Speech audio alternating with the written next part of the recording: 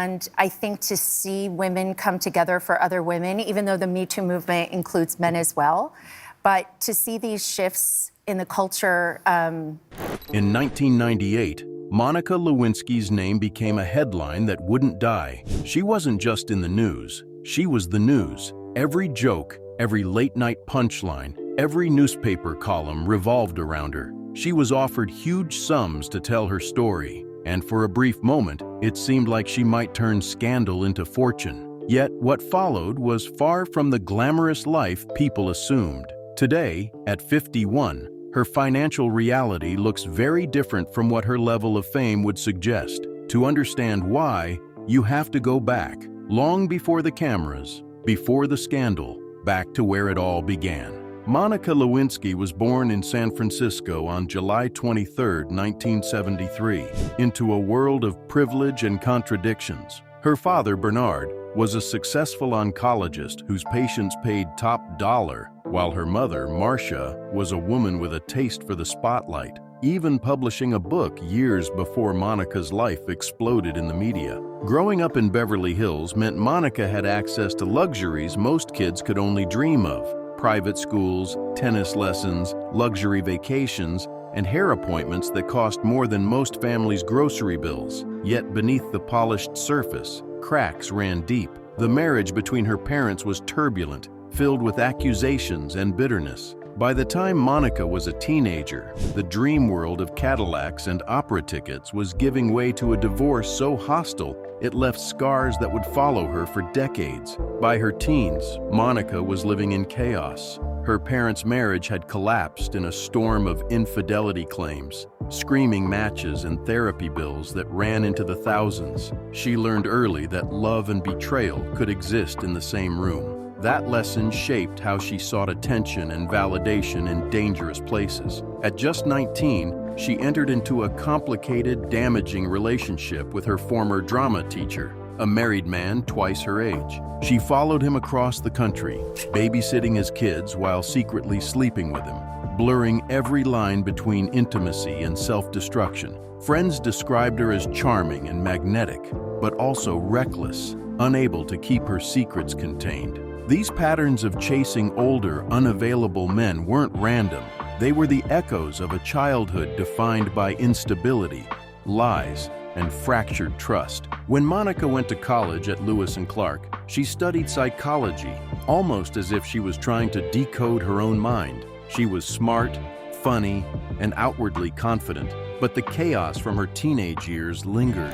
Her affair with her drama teacher didn't stop, even as she juggled schoolwork, internships, and part-time jobs. Professors recalled her as the kind of student who could light up a room, but friends noticed the darker undercurrent: her constant need for validation, her tendency to gossip, and her habit of making herself the center of every story. She graduated in 1995 with honors, balancing 3 jobs, yet still felt adrift. Psychology gave her the tools to analyze others, but when it came to herself, the answers remained elusive. That summer after graduation, fate opened a door that would change her life forever. Through a family connection, Monica landed an internship at the White House. She was just 22, an unpaid intern surrounded by the most powerful figures in Washington, D.C. Most interns passed through unnoticed, but Monica wasn't most interns. She had charisma, presence, and a boldness that caught the attention of someone no one expected: the President of the United States. In November 1995, during a government shutdown when most staff were sent home, Monica remained. The West Wing was emptier, the atmosphere quieter, and that's when the president started noticing her more closely. Within days, subtle glances turned into private conversations, and before long, those conversations crossed into something that would alter the course of American politics forever. What began as glances and smiles quickly turned into a secret relationship, one carried out in the most guarded building in America. Over the next year and a half, Monica and President Clinton had 9 documented encounters, gifts exchanged, late-night phone calls, and secret moments behind closed doors. For Monica, it was intoxicating, the attention of the most powerful man in the world. For Clinton, it was dangerous indulgence. The secrecy only deepened her attachment. convincing her that she was special, chosen. But soon, whispers spread inside the White House. Staffers noticed the unusual attention, the long hours, and the private meetings. Efforts were quietly made to move her away from the West Wing, but the connection had already been forged. By the time she was transferred to the Pentagon in 1996, the relationship was no longer just a secret. It was a ticking time bomb waiting to explode. When the scandal finally broke, Monica Lewinsky became a household name for all the wrong reasons. She was just 24, but her face was on every magazine cover, her name repeated in every newscast, her mistakes mocked on every late-night stage. Strangers hurled insults at her in the street, neighbors whispered behind her back, and cameras followed her every step. In her own words, she was arguably the most humiliated person in the world. This was the late 1990s, the dawn of the internet age, and Monica was one of the first to experience what would later be called digital shaming. Chat rooms lit up with crude jokes. News sites recycled her face endlessly. There was no way to escape. What made it worse was the deliberate campaign to discredit her. White House allies labeled her unstable, obsessed, even delusional. Hillary Clinton reportedly dismissed her as a narcissistic Looney Tune, and journalists were quick to echo that storyline. The message was clear. Clinton was a victim of a troubled young woman's fantasy. Gaslighting became the strategy, and for a time it worked. Millions of Americans doubted her. Privately, Monica was unraveling. She couldn't eat, couldn't sleep, and confessed to friends that she wished she were dead. Her mother kept constant watch, even sleeping in her room at night, terrified of what humiliation might push her daughter toward. For 6 agonizing months, Monica lived like a prisoner in her own life. The public may have seen a scandal, but behind the headlines was a young woman enduring trauma on a scale few could imagine. Her personal shame had been weaponized against her, and the scars of that period would last far longer than the headlines themselves. As the scandal's flames burned hottest, media outlets saw Monica Lewinsky not just as a story, but as a payday. In 1999, she sat down with Barbara Walters for what would become the most-watched news interview in television history. Over 70 million viewers tuned in, and international rights alone earned Monica about $1 million.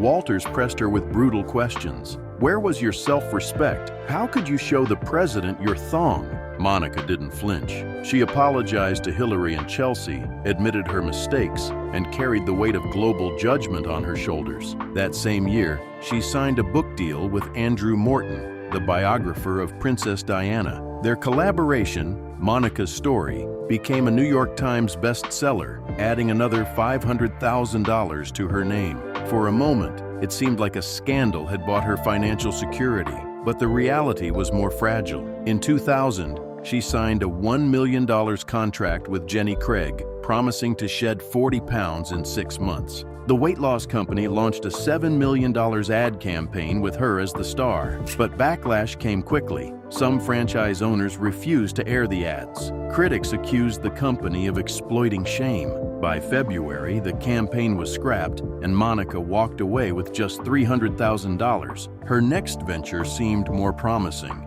handbags. She wasn't a celebrity slapping her name on a product. She actually designed them herself.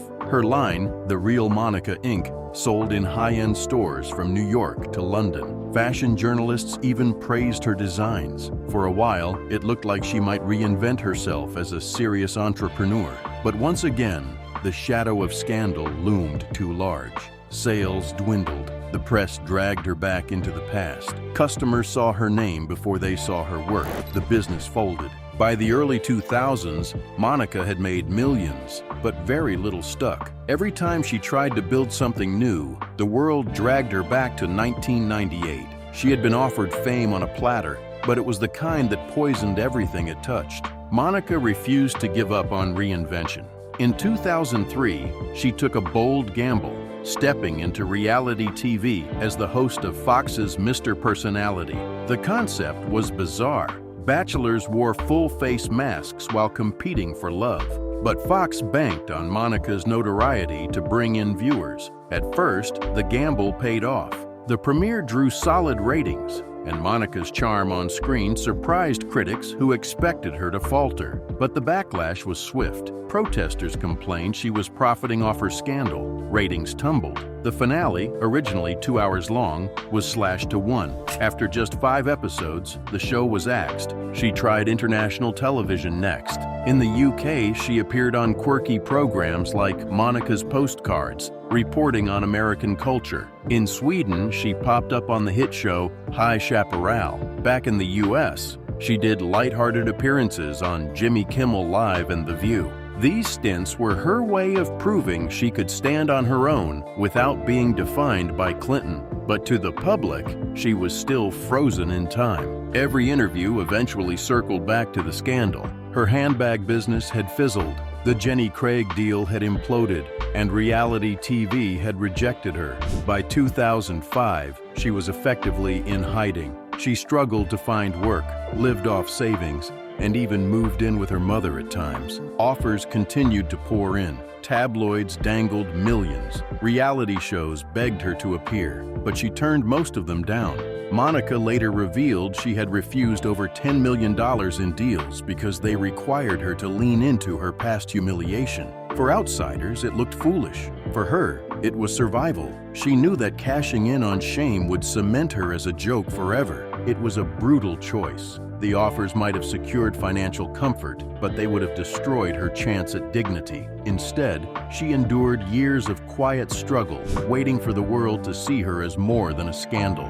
For nearly a decade, Monica Lewinsky disappeared from the spotlight. Then, in 2014, she returned with a vengeance, not to cash in, but to reclaim her story. In Vanity Fair, she published a 6,000-word essay titled Shame and Survival. For the first time, she confronted the scandal on her own terms. She called herself Patient Zero of public humiliation in the internet age, and she wasn't wrong. She described the trauma of being vilified globally, and the essay struck a chord. The timing was powerful. She had been moved by the suicide of Tyler Clementi, a college student shamed online. Monica's words reframed her as not just a former intern, but a survivor with something meaningful to say.